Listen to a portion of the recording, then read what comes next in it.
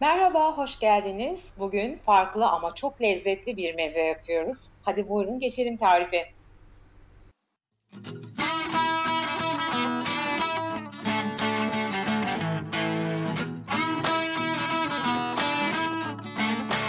Bezelyelerimizi üzerine biraz geçecek kadar suya koyduk.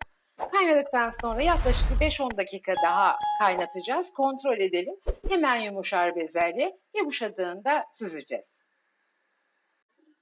Şimdi ufak bir adet salatalığımız var. 3 tane de yeşil biberimiz var. Bezelyelerimiz haşlanırken biz de bunları ufak ufak doğruyoruz. İnceltiyorum. Jülyen gibi. Siz istediğiniz gibi kesebilirsiniz. Gerçekten çok lezzetli, bu yaz sıcağında serin bir salata, bir meze oluyor. Ben çok seviyorum. Umarım siz de beğenirsiniz bu salatamı. Eriklerimizi de şöyle hemen yanlarından etlerini keserek ufaltıyoruz. Erik de çok yakışıyor. Bütün mezelere, yemeklere gerçekten hoş bir ekşilik katıyor, lezzet veriyor. Bu kütür kütür eriklerin de son dönemleri artık. Bunları bitmeden değerlendirmekte fayda var.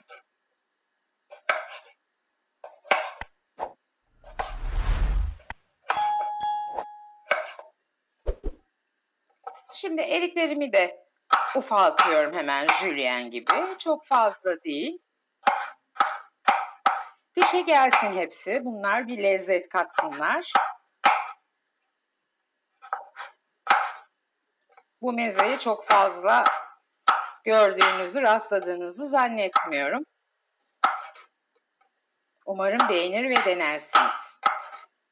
Biliyorsunuz ben farklı, pratik, kolay, çabuk yapılan lezzetlere bayılıyorum. Hem böyle karışık sebzeler ve meyvelerle hem de çok fazla bilinmedik, yapılmamış ama birbirine yakışan, birbirleriyle kontrast oluşturan lezzetleri karıştırmayı seviyorum.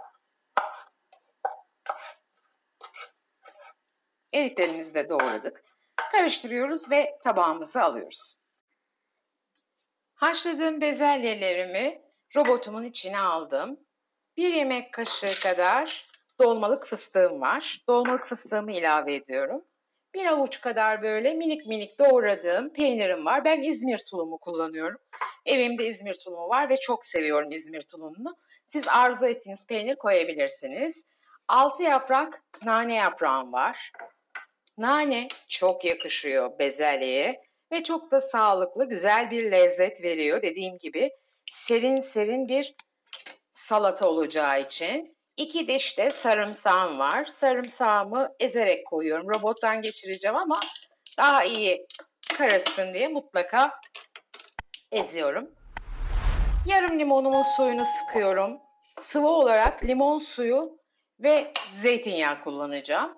Zeytinyağı da yaklaşık bir 2-3 yemek kaşığı kadar, ben göz kararı koyuyorum ama 3 yemek kaşığı koyun arkadaşlar. Bir çay kaşığının ucuyla da tuz sizin zevkinize bağlı. İstediğiniz kadar koyabilirsiniz. Tuz koyuyorum ve rondomu çalıştırıyorum. Püre haline getireceğim şimdi bu malzemeleri. Şimdi püremi tabağıma aldım. Bir kaşık yardımıyla gelişigüzel püremi yayıyorum.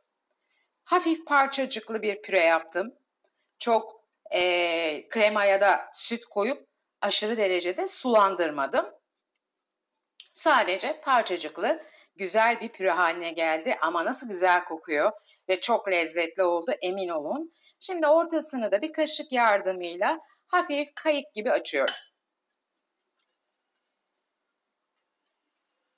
Şimdi bu az önce hazırlamış olduğumuz erik ve salatalık karışımını bu havuza yayıyorum. Çok yakışan, birbirleriyle kontrast sağlayan lezzetler bunlar arkadaşlar. O kadar da kolay ve basit yapılışı ama çok şık görünüyor, çok da güzel. Hemen üzerine şöyle bir yemek kaşığı kadar zeytinyağı serpiştiriyorum. Yine 1 yemek kaşığı kadar da böyle hafiften nar ekşisi gezdiriyorum. Bütün olayımız bu arkadaşlar. harika bir lezzet oldu. Lütfen yapın ve deneyin. Hem sağlık hem lezzet bir arada. Yaz akşamlarında soğuk olarak bunu servis etmenizi ve yemenizi tavsiye ediyorum. Umarım bana güvenip bu tarifi denersiniz. Çünkü gerçekten çok lezzetli ve birbirine yakışan lezzetler. Herkes de emin olun hayran kalacak, beğenecek ve tekrarını da isteyecek, tarif isteyecekler. Lezzet şöleni. Umarım denersiniz. Deneyecek olan herkese şimdiden afiyet olsun diyorum.